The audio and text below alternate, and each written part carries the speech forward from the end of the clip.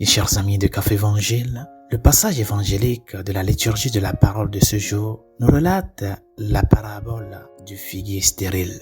Le lendemain, quand il quittait Béthanie, nous dit l'évangile, Jésus eut faim. Voyant de loin un figuier en feuilles, il se rendit pour voir s'il y trouverait quelque chose. Quand il l'atteignit, il ne trouva que des feuilles. Ce n'était pas le temps des figues. Il lui dit alors que personne ne mange plus jamais de ton fruit. Cette histoire est tout à fait unique et intéressante, chers amis. Le Seigneur savait que ce n'était pas la saison des figues, mais il a quand même décidé de chercher une figue.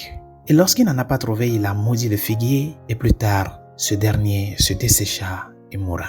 Chers amis, nombreux sommes-nous qui fortunément avons rencontré le Seigneur dans notre vie. Et nous portons ce nom de chrétiens. Mais malheureusement, bon nombre sont ces chrétiens qui sommes nous qui n'arrivons pas à produire de bons fruits dans notre vie par rapport à l'identité que nous portons. Par exemple, dans le cas des évangiles, il y a les pharisiens. Et dans notre société d'aujourd'hui, ils sont pleins des chrétiens de face qui vivent leur foi de manière extérieure. Cette extériorité qui représente ces feuilles-là du figuier. Mais le Seigneur attend plus que l'aspect extérieur. Il attend de nous le fruit intérieur. Ce fruit intérieur qui est déjà le germe de la sainteté et des bonnes œuvres. Bien-aimés dans le Seigneur, cet évangile nous montre combien de fois le Seigneur est très exigeant. Comme cet entrepreneur qui, pour pouvoir parvenir au chiffre qu'il s'est fixé, au chiffre d'affaires qu'il s'est fixé, est exigeant. C'est de la même manière, le Seigneur est exigeant que nous portions du fruit. Il est déterminé à découvrir de bons fruits dans nos vies. Il veut que nous soyons et que nous devenions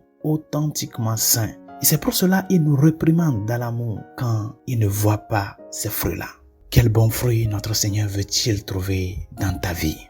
Comment veut-il que tu grandisses manifestement en sainteté? Si le Seigneur venait à toi aujourd'hui, comme il est venu à ce figuier, que trouverait-il?